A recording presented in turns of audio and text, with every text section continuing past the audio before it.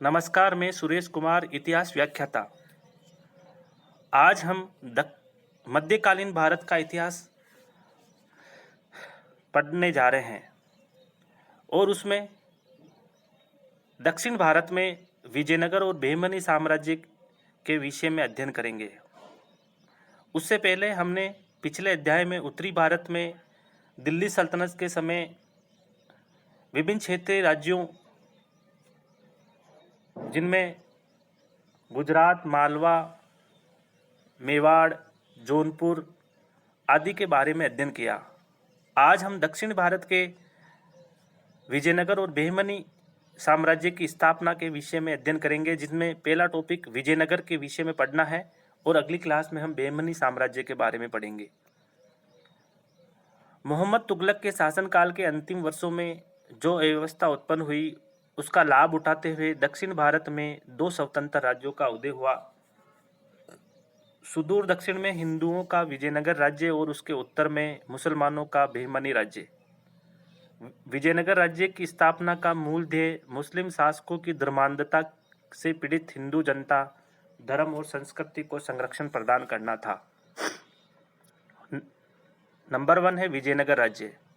विजयनगर राज्य की स्थापना के विषय में अनेक मत प्रचलित है और विवाद का अभी अंत नहीं हुआ है।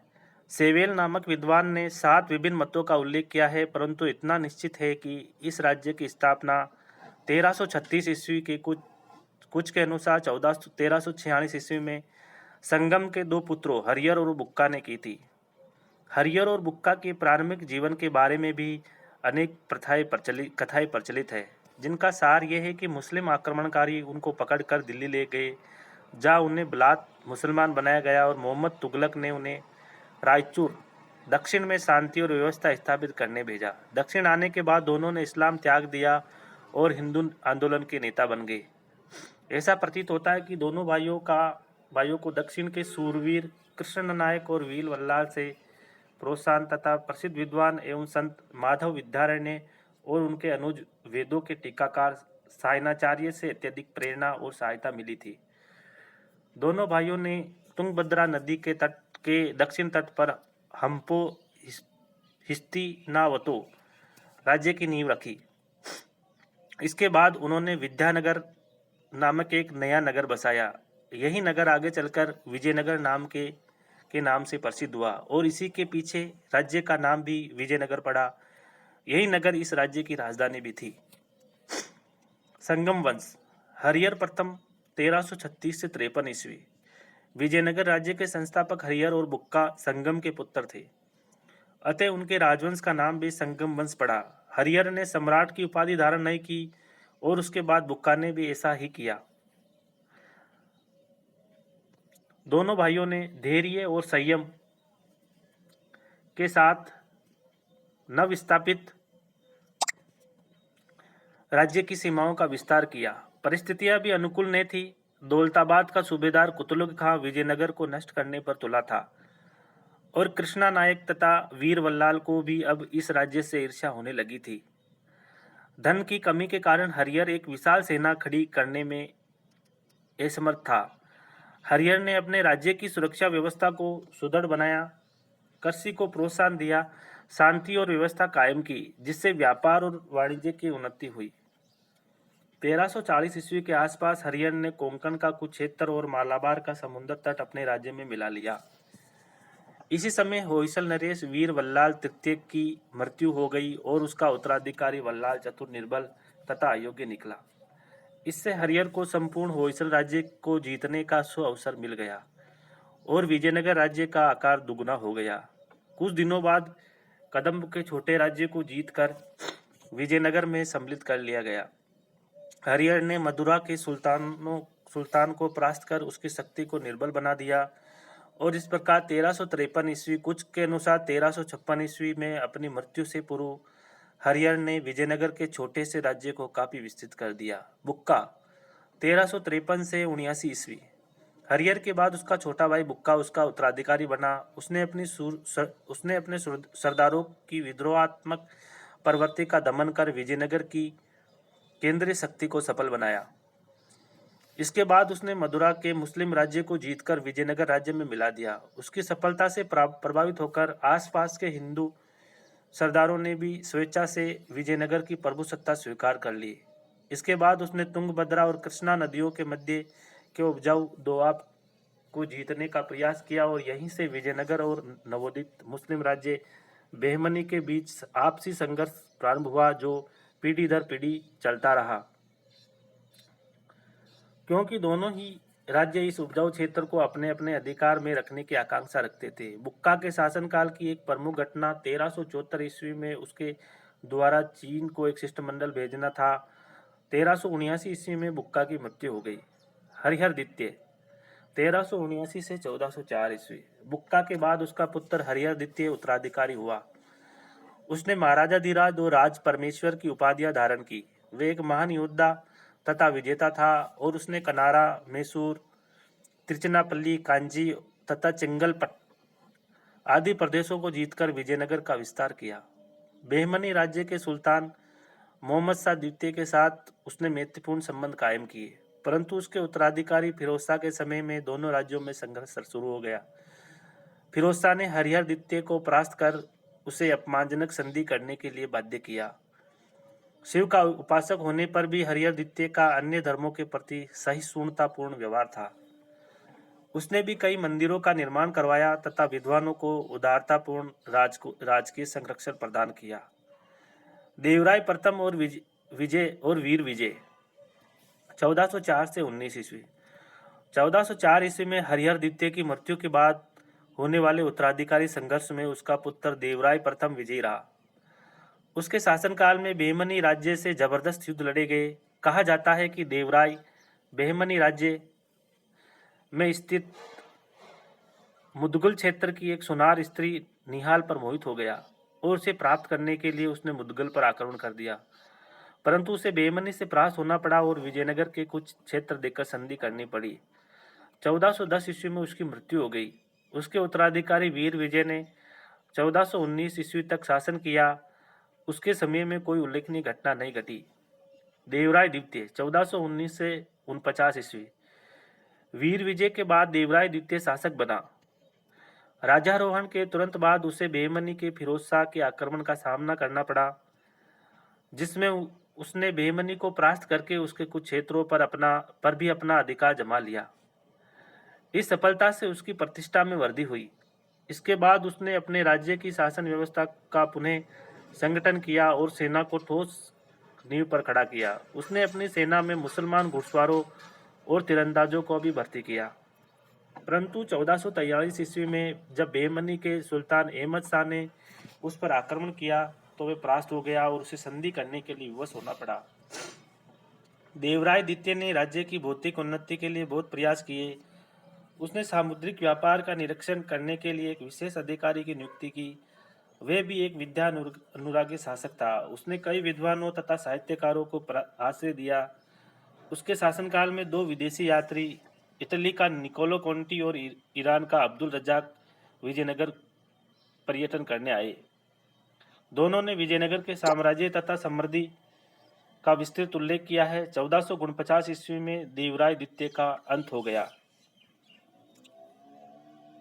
यानी कि देवराय द्वितीय के समय दो विदेशी यात्री, इटली का निकोलो कोंटी और ईरान का अब्दुल रज्जाक आए थे। संगम वंश का पतन। देवराय द्वितीय के बाद उसके सभी उत्तराधिकारी निर्बल तथा अयोग्य निकले। उसके बाद उसका भाई विजय द्वितीय राजा बना, परंतु सरदारों ने कुछ दिनों के बाद उसको अपदस्थ करके देवराय के लड़के मल्लिकार्जुन को राजा बनाया। उसके शासनकाल में विजयनगर को एक तरफ तो बेमनी और दूसरी तरफ उड़ीसा राज्य के आक्रमणों का सामना करना पड़ा। उड़ीसा वालों ने राज्य के पूर्वी क्षेत्रों को हड़प लिया। मल्लिकार्जुन के चचेरे भाई विरूपाक्ष ने षड्यंत्र रचकर मल्लिकार्जुन और अन्य बहुत से राजकुमारों का वध करके सिंहासन पर अपना अधिकार जमा लिया।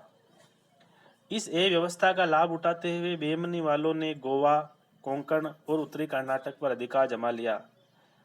अंत में चंद्रगिरी के शक्तिशाली सामंत नरसिंह सालू ने विरूपाक्ष को पदच्युत कर 1486 ईस्वी में सिंहासन पर अधिकार कर लिया। सल्लू वंश। नरसिंह सालू ने एक नए राजवंश की नींव डाली जो सालू वंश के नाम से प्रसिद्ध है।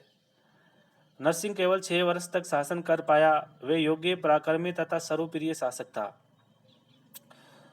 उसने बेहमनी तथा उड़ीसा वालों को युद्ध करके विजयनगर के खोए हुए क्षेत्र को पुनः लेने का प्रयास किया। अपने प्रयास में उसे काफी सफलता भी मिली। नरसिंह सालू ने राज्य के सामंतों की स्वतंत्र प्रवृत्ति का दमन कर केंद्रीय सत्ता के प्रभाव को पुनः स्थापित किया और शासन व्यवस्था को संगठित कर राज्य में शांति और व्यवस्था कायम की। वह एक योग्य शासक सिद्ध हुआ। नरसिंह सालू अपनी मृत्यु के पूर्व अपने सेनानायक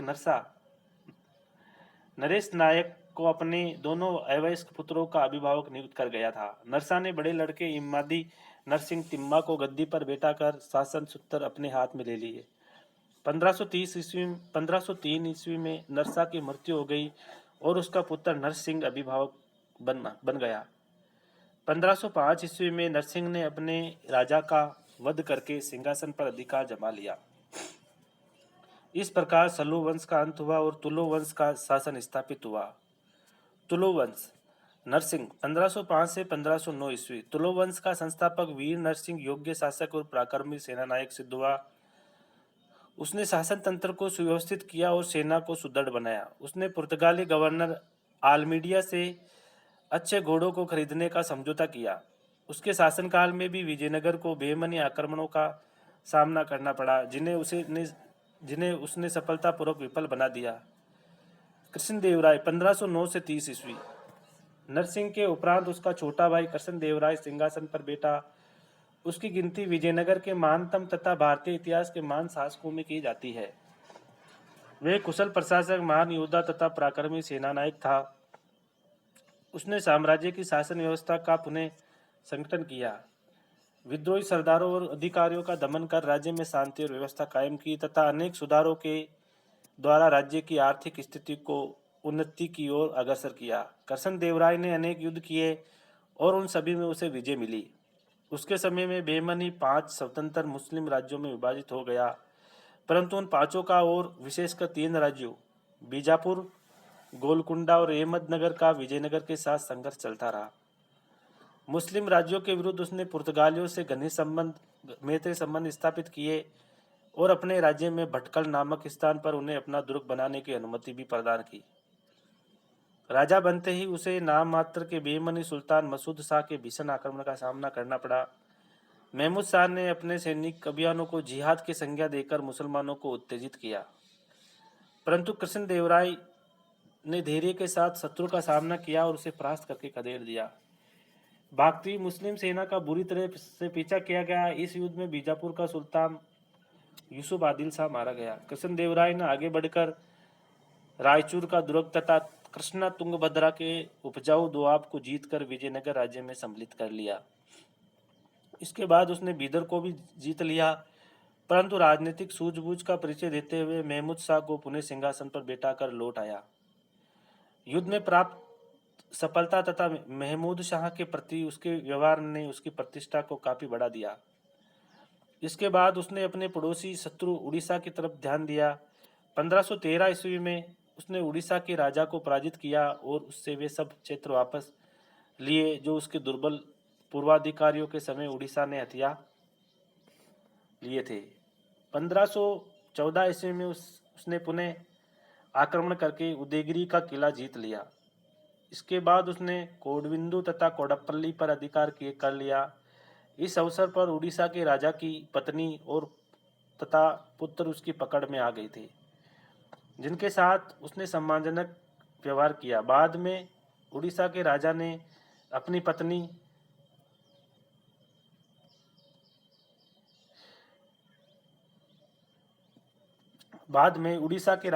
पुत्री का विवाह कृष्णदेवराय के साथ कर दिया। इसके बाद कृष्णदेवराय ने भी बीजापुर पर आक्रमण किया और मुस्लिम शासक को बुरी तरह से पराजित किया।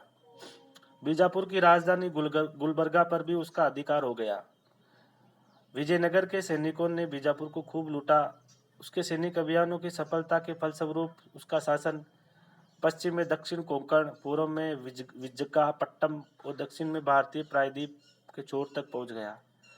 कहा जाता है कि हिंद महासागर में स्थित कई द्वीप भी उसकी अधीनता में थे। उसके समय में विजयनगर राज्य की शक्ति और प्रतिष्ठा पराकाष्ठा को पहुंच गई। 1530 ईस्वी में कृष्णदेवराय का देहांत हो गया। कृष्णदेवराय जितना महान विजेता था उतना ही सुसंस्कृत विद्वान और विद्यानुरागी भी था। वह स्वयं वैष्णव धर्म का अनुयायी था, परंतु अन्य धर्मों के प्रति उसका व्यवहार सम्मान तथा सहिष्णुतापूर्ण था। उसे निर्माण कार्यों में भी रुचि थी। उसने नागलपुर नामक एक नया नगर बसाया। राजधानी विजयनगर की सुंदरता को बढ़ाने के लिए अनेक मंडप तथा गोपुरम बनवाए। उसने विद्वानों, कवियों, कलाकारों और साहित्यकारों को उदारतापूर्वक राजकीय आश्रय दिया। उसके शासनकाल में पुर्तगाली यात्री डोमिंगास पेड़ा जाया भारत आया था। उसने अपने वृत्तांत में कृष्णदेवराय और उसके राज्य की समृद्धि की बुरी बुरी प्रशंसा की है। मुगल साम्राज्य के संस्थापक बाबर ने भी अपने संस्मरणों में उसे भारत का एक शक्तिशाली शासक बतलाया है। निर्बल उत्तराधिकारी कृष्णदेवराय के बाद उसके छोटे भाई अच्युत राय ने 1542 ईस्वी तक शासन किया। वे एक दुर्बल शासक था। उसके समय में दरबार में प्रतिद्वंदी गुटों का उदय हुआ, जिससे केंद्रीय सत्ता कमजोर हो गई। बीजापुर ने आक्रमण कर रायचूर का क्षेत्र जीत लिया। उसके बाद उसका भतीजा सदाशिव राय राजा बना, परंतु राज्य की वास्तविक शक्ति उसके प्रधानमंत्री राम राय के हाथों में रही। राम राय वैसे तो योग्य शासक था, परंतु महत्वाकांक्षा और दंभ ने उसे घातक मार्ग की ओर धकेल दिया। उसने दक्षिण के मुस्लिम राज्यों के आपसी कलह में हस्तक्षेप करके विजयनगर की प्रतिष्ठा बढ़ाने की नीति अपनाई। 1543 ईस्वी में उसने बीजापुर के विरुद्ध अहमदनगर और गोलकुंडा का साथ दिया। 1547 ईस्वी में उसने बीजापुर और गोलकुंडा के साथ मिलकर अहमदनगर पर आक्रमण किया। अहमदनगर परास्त हुआ। इस आक्रमण के समय विजयनगर की सेना ने अहमदनगर राज्य को खूब लूटा और कहा जाता है कि उसने मस्जिदों को तोड़ा और कुरान का अपमान किया। इस्लाम के समर्थकों ने अस्थायी तौर पर आपसी मतभेदों को भुलाकर विजयनगर के विरुद्ध एक संयुक्त मोर्चा बना लिया। वेरी इंपॉर्टेंट है तालीकोटा का युद्ध या राक्षस तंगड़ी या बन्नी हट्टी का युद्ध। अहमदनगर, बीजापुर, गोलकुंडा और बीदर की संयुक्त सेना ने अहमदनगर के अनुभवी सुल्तान हुसैन निजाम शाह के नेतृत्व में विजयनगर राज्य पर आक्रमण कर दिया। रामराय को इसकी सूचना सही समय पर मिल गई थी, परंतु अपने अभियान में चूर रामराय ने शत्रु का सामना करने के लिए विशेष सैनिक तैयारी नहीं की। जब अभी मुस्लिम सेना राज्य की सीमाओं से दूर तक आ पहुंची, तब वे सेना सहित आगे बढ़ा। 23 जनवरी 1565 के दिन कृष्णा नदी के किनारे तालीकोट के मैदान में दोनों का घमासान युद्ध हुआ, जिसमें रामराय परास्त हुआ और बंदी बना लिया गया। हुसैन निजाम शाह ने स्वयं अपने हाथों से रामराय का वध किया। इसके बाद विजयी मुस्लिम सेना ने विजयनगर पहुंचकर इस सुंदर नगर का अत्यंत निर्दयता के साथ सत्यानाश कर डाला। शेवेर ने लिखा है कि संसार के इतिहास में कभी भी इतने वैभवशाली नगर का इस प्रकार सहसा सर्वनाश नहीं किया गया जैसा विजयनगर का। इस सर्वनाश के बाद विजयनगर फिर कभी नहीं पनप पाया, परंतु विजयनगर राज्य का अस्तित्व बना रहा। तालीकोटा के बाद तालीकोटा की पराजय और विजयनगर के सर्वनाश के बाद रामराय के भाई तिरुमाल ने वेनुगोंडा को राजधानी बनाया। विजेताओं को आपसी फूट तथा उनकी वापसी से तिरुमाल को कुछ अंशों में विजयनगर राज्य की शक्ति तथा प्रतिष्ठा को पुनः स्थापित करने में कामयाबी मिली। 1570 ईस्वी में उसने सदाशिव को पदच्युत करके सिंहासन पर अधिकार कर लिया। उसने अरविंदु वंश की नींव डाली। उसकी मृत्यु के बाद उसका पुत्र रंगदित्य राजा बना। उसने राज्य की प्रतिष्ठा को कायम रखा। 1586 ईस्वी में उसकी मृत्यु के उपरांत उसका भाई वेंकटदित्य शासक बना। उसने 1614 ईस्वी तक शासन किया। उसके शासनकाल में राज्य का विघटन शुरू हो गया। मैसूर का राज्य पूरी तरह से स्वतंत्र हो गया, जिसके परिणाम स्वरूप विजयनगर राज्य की सीमाएं संकुचित हो गई। अरविंदु वंश का अंतिम शासक रंगदित्य था। वे बीजापुर तथा गोलकुंडा के आक्रमण को रोकने में असफल रहा। परिणाम स्वरूप समूचे राज्य में अव्यवस्था फैल गई और श्रीरंगपट्टनम, वेदनूर, मदुरा, तंजौर आदि के नायकों सामंतों ने अपने आप को विजयनगर की प्रभुता से स्वतंत्र कर लिया। इस प्रकार राज्य का अंत हो गया।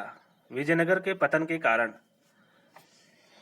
मुस्लिम आक्रमणों से हिंदू धर्म एवं संस्कृति की रक्षा करने के ध्येय से जिस राज्य की स्थापना की गई थी, वे लगभग 300 वर्षों तक अपने उद्देश्य की पूर्ति में सफल रहा। परंतु अंत में उन्हीं मुस्लिम आक्रमणों के परिणाम स्वरूप उसका अंत भी हो गया। परंतु उसके पतन के लिए अन्य बहुत से कारण भी उत्तरदायी थे, जिनमें से कुछ इस प्रकार है। नंबर 1 है, विजयनगर राज्य को अपने जन्म समय से ही अपने पड़ोसी मुस्लिम बेहमनी राज्य से निरंतर युद्ध लड़ने पड़े। इस दीर्घकालीन युद्धों ने धीरे धीरे राज्य की सैनिक शक्ति और राजकोष को चूस लिया। इसके विपरीत बेहमनी राज्य का सैन्य संगठन काफी अच्छा था। उसके पास द्रुत गति वाली अश्वारोही सेना और अचूक निशानेबाज सैनिक थे। बेहमनी राज्य ने मुगलों की देखा देखी एक श्रेष्ठ तोपखाना भी तैयार कर लिया था। तालीकोटा के युद्ध में इसी तोपखाने में मुस्लिम सेना को विजय दिलाई थी। विजयनगर की सेना में निपुण घुड़सवारों तथा अचूक निशानेबाजों की कमी थी। वे अपनी हस्ती सेना पर अधिक निर्भर करते। नंबर 2 है, दूसरा मुख्य कारण सुरक्षित सीमांतों का अभाव था।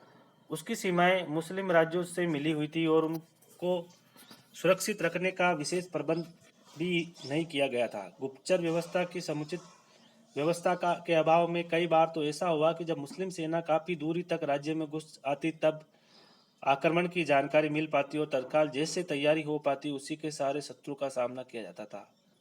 नंबर 3 है, विजयनगर के पतन का एक कारण उसके प्रांतीय अधिकारी थे। राज्य की शासन व्यवस्था के अंतर्गत इन प्रांतीय अधिकारियों को प्रशासन संबंधी व्यापक अधिकार दिए गए थे, जिससे वे काफी शक्तिशाली हो गए। निर्बल तथा अयोग्य राजा के आते ही वे स्वतंत्र होने का प्रयत्न करते थे।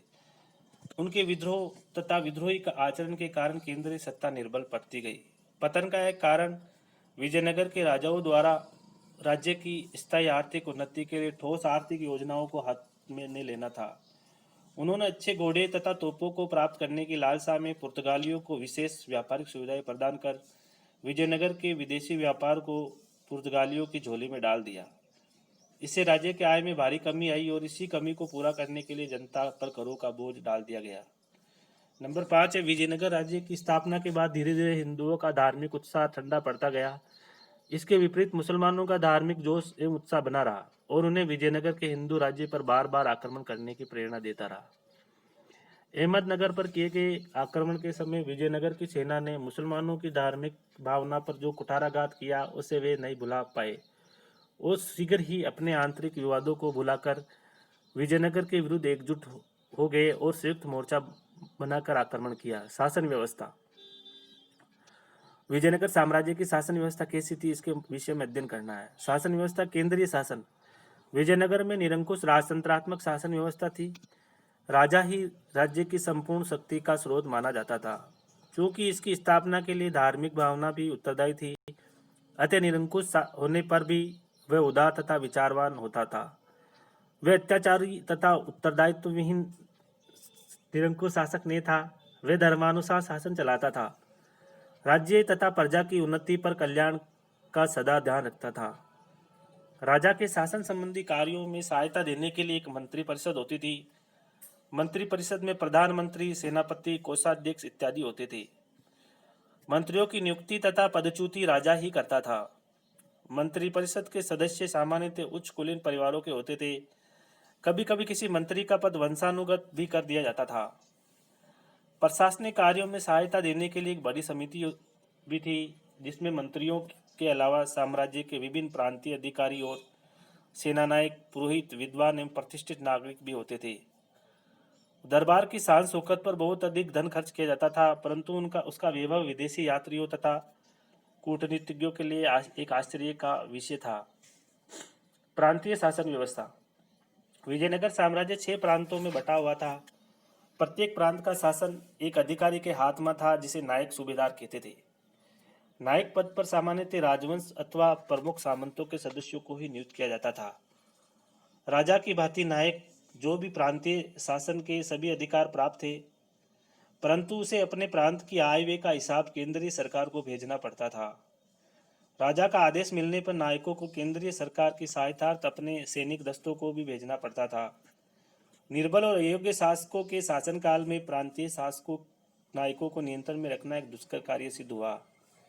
स्थानीय शासक, प्रांत जिलों में विभाजित थे और जिला अन्य छोटी इकाइयों में विभाजित था। मूल इकाई गांव था, जो आत्मनिर्भर होता था। गांव की व्यवस्था के लिए गांव सभा को अनेक वंशानुगत अधिकारियों, चौधरी, लेखक चौकीदार, तोड़ा इत्यादि की सहायता उपलब्ध रहती थी। इन लोगों को कृषि उपज का एक भाग वेतन के रूप में दिया जाता था। महानायकाचार्य नामक केंद्रीय अधिकारी समय समय पर गांव की व्यवस्था का निरीक्षण करता रहता था, परंतु आमतौर पर केंद्रीय सरकार बहुत कम हस्तक्षेप करती थी। राजस्व व्यवस्था राज्य की आय का मुख्य साधन भू राजस्व था। इसके अतिरिक्त कुछ अन्य करों से भी राज्य की आय होती थी। राज्य की समस्त भूमि का मालिक राजा माना जाता था। राजा ने अधिकांश भूमि अपने सामंतों को सौंप रखी थी और सामंतों ने अपनी भूमि कृषि कार्य के लिए किसानों को दे रखी थी। किसानों से कुल उपज का 1/5वां भाग भूमिकर के रूप में वसूल किया जाता था। भूमिकर का आधा भाग सामंत लोग अपने पास रख लेते थे और शेष भाग केंद्रीय कोष में जमा कराते थे। भूमिकर के अलावा किसानों से पशु कर तथा चराई कर भी वसूल किया जाता था। पड़ोसी राज्यों के निरंतर आक्रमणों के कारण राज्य को अधिक धन जुटाने की आवश्यकता पड़ी और आम जनता पर अनेक कर लगाए गए, जैसे विवाह कर, उत्पादन कर, खाद्यान्न कर इत्यादि। करों की मार से शायद ही कोई व्यवसाय अछूता रहा हो। करों की वसूली कठोरता के साथ की जाती थी और भ्रष्ट कर्मचारियों को सख्त सजा दी जाती थी। न्याय व्यवस्था। राजा न्याय का स्रोत था और वे स्वयं अंतिम अपील तथा अन्य महत्वपूर्ण अभियोगों का फैसला सुनता था। राज्य में बहुत से राजकीय न्यायालय भी थे, जिनके न्यायाधीशों की नियुक्ति राजा स्वयं करता था। गांव वाले गांव सभाओं अथवा पंचायतों के माध्यम से न्याय करते थे। ग्राम पंचायतों के निर्णय के विरुद्ध राजा से अपील की जा सकती थी। राज्य की न्याय व्यवस्था परंपरागत नियमों, रीति रिवाजों तथा राज्य के संवैधानिक व्यवहारों पर आधारित थी। दंड विधान काफी कठोर था। चोरी, व्यभिचारी तथा राजद्रोह के मामले में अंग भंग तथा मृत्युदंड भी दिया जाता था। मामूली अपराध के लिए आर्थिक जुर्माना और कभी कभी संपत्ति को जब्त करने का दंड भी दिया जाता था। ब्राह्मणों को मृत्युदंड नहीं दिया जाता था। अब सामाजिक, धार्मिक और आर्थिक जीवन, जिसमें पहला है सामाजिक जीवन। विदेशी यात्रियों के वृत्तांतों से हमें विजयनगर राज्य के सामाजिक जीवन का स्पष्ट चित्रण मिलता है।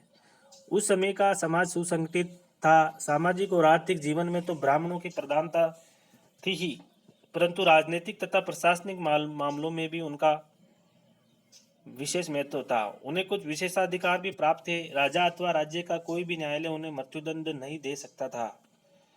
उत्तर भारत की तरह विजयनगर में जातीय जटिलता नहीं थी और छुआछूत की बीमारी भी नहीं थी।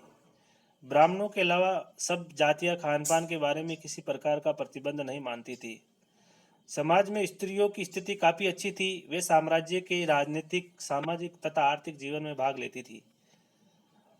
वे कई प्रकार के व्यवसाय भी करती थी। नुनिज ने लिखा है कि यहाँ की स्त्रियां हिसाब किताब रखने, कलरकी का, पहलवानों का, अंगरक्षक का तथा ज्योतिष तथा भविष्यवाणी करने के काम भी करती थी।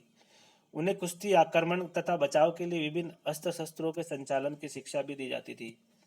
संगीत कला तथा ललित कलाओं में तो पुरुषों से भी बढ़ चढ़कर की थी, परंतु कुछ कुप्रथाएं जैसे सती प्रथा, बाल विवाह, बहु विवाह आदि भी प्रचलित थी। धनी लोगों ने बड़े पैमाने पर दहेज लेने का रिवाज भी था। वेश्याओं का स्थान भी सम्मानजनक था और सामाजिक तथा धार्मिक समारोह में भाग लेती थी। राजा तथा सामान्य जनता मांसाहारी थे। गाय और बैल के अलावा अन्य सभी प्रकार के मांस खाया जाता था।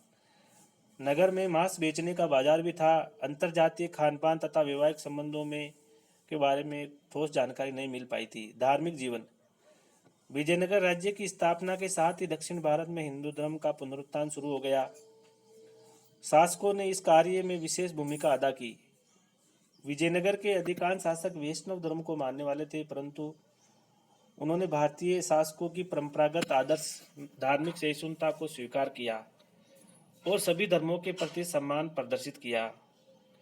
उन्होंने गैर हिंदू जनता पर किसी प्रकार का अत्याचार नहीं किया। हिंदू शासकों ने न केवल हिंदू मंदिरों का ही निर्माण करवाया, अपितु अपने राज्य में मस्जिदों तथा गिरजाघरों के निर्माण की स्वीकृति तथा आर्थिक अनुदान भी दिया। पशु यज्ञों का सामान्य रिवाज था। नवरात्रि उत्सव पर बकरों और भैंसों की बलि चढ़ाई जाती थी। आर्थिक जीवन। विजयनगर साम्राज्य की गणना तत्कालीन विश्व के धनी राज्यों में की जाती थी। हमारे देश का भ्रमण करने आए विदेशी यात्रियों ने विजयनगर की समृद्धि और वैभव का देदीप्यमान विवरण छोड़ा है। इटली का यात्री निकोलो कोंटी, जिसने 1420 ईस्वी में विजयनगर की यात्रा की, लिखता है कि नगर की परिधि 60 मील है। उसकी दीवारें पर्वत शिखरों तक पहुंचती है। अनुमान में नगर अनुमान से नगर में 90,000 व्यक्ति अस्त्र शस्त्र धारण करने योग्य है। राजा भारत के अन्य सभी राजाओं की तरह शक्तिशाली है। इसी प्रकार 1442-43 ईस्वी में विजयनगर की यात्रा करने वाले ईरानी कूटनीतिज्ञ तथा पर्यटक अब्दुल रज्जाक ने लिखा है कि राजा के कोष गृह में जिनमें गड्ढे खुदे हैं उनमें पिघला हुआ सोना भर दिया जाता था, जिसकी ठोस सिलाई बन गई है। देश की सभी उच्च और निम्न जातियों के निवासी कानों, कंठों, बाजुओं, कलाइयों तथा अंगुलियों में जवाहरात तथा सोने का आभूषण पहनते थे। पुर्तगाली यात्री पेइज लिखता है कि राजा के पास भारी कोष, अनेक हाथी तथा सैनिक है। इस नगर में प्रत्येक राष्ट्र और जाति के लोग मिलेंगे, क्योंकि यहाँ व्यापार अधिक और हीरे आदि बहुमूल्य पत्थर प्रचुर मात्रा में उपलब्ध है। संसार में यह सबसे अधिक संपन्न नगर है और यहाँ चावल, गेहूं आदि के अनाज भंडार भरे हैं। इन विवरणों से यह स्पष्ट है कि विजयनगर साम्राज्य अधिक धनी और समृद्ध था। साम्राज्य की संपन्नता तथा समृद्धि का मुख्य आधार कृषि और पशुपालन था। विजयनगर के शासकों ने सिंचाई नीति द्वारा कृषि के उत्पादन में वृद्धि को प्रोत्साहन दिया। कृषि के बाद दूसरा आधार उद्योग धंधे थे, जिनमें वस्त्र तथा धातुओं के उद्योग मुख्य थे। इत्र का उद्योग भी उन्नत था। उद्योगों तथा व्यवसायों के अपने संघ थे। लेन देन का काम सोना चांदी के सिक्कों से होता था। अंतर्देशीय तथा विदेशी व्यापार दोनों उन्नत अवस्था में थे। साम्राज्य में अनेक अच्छे बंदरगाह थे। पुर्तगाल, अफ्रीका, ईरान, अरब, बर्मा, श्रीलंका, मलाया, चीन आदि बहुत से देशों के साथ बड़े पैमाने पर समुद्री व्यापार होता था। वस्त्र, चावल, लोहा, सोरा, शक्कर तथा मसालों का निर्यात किया जाता था और घोड़े, हाथी, मोती, तांबा, कोयला, पारा, रेशम आदि बाहर से मंगवाए जाते थे। राज्य के पास अपना जहाजी बेड़ा भी था और जहाज निर्माण उद्योग भी उन्नत अवस्था में था। अब देखिए कला। विजयनगर के शासक महान निर्माता भी थे। उन्हें कला और स्थापत्य में रुचि उनकी कला तथा स्थापत्य में रुचि थी। उन्होंने सार्वजनिक निर्माण कार्यों में विशेषकर प्राथमिकता दी और अनेक जलाशयों, झीलों, बांधों, नहरों, पुलों, राजमार्गों, विशाल राजप्रसादों और अद्भुत सौंदर्य के मंदिरों का निर्माण करवाया। कृष्ण देवराय ने प्रसिद्ध हजारा मंदिर यानी सहस्त्र स्तंभों वाला बनवाया, जिसे कला विशेषज्ञ हिंदुओं की मंदिर स्थापत्य कला का सर्वोच्च आदर्श मानते हैं। विट्ठल स्वामी का मंदिर भी उस युग की स्थापत्य कला का एक अनूठा उदाहरण है। चित्रकला और संगीत की भी उपेक्षा नहीं की गई। अभिनय कला, नाट्य कला, श्रृंगार एवं प्रसाधन कला, केश विन्यास कला आदि को भी प्रोत्साहित किया गया। कलाकारों एवं चित्रकारों तथा शिल्पकारों को राज्य की तरफ से पर्याप्त सहायता दी जाती थी। अब साहित्य। विजयनगर के लगभग सभी शासकों को विद्या से अनुराग रहा और उन्होंने साहित्य को प्रोत्साहन दिया।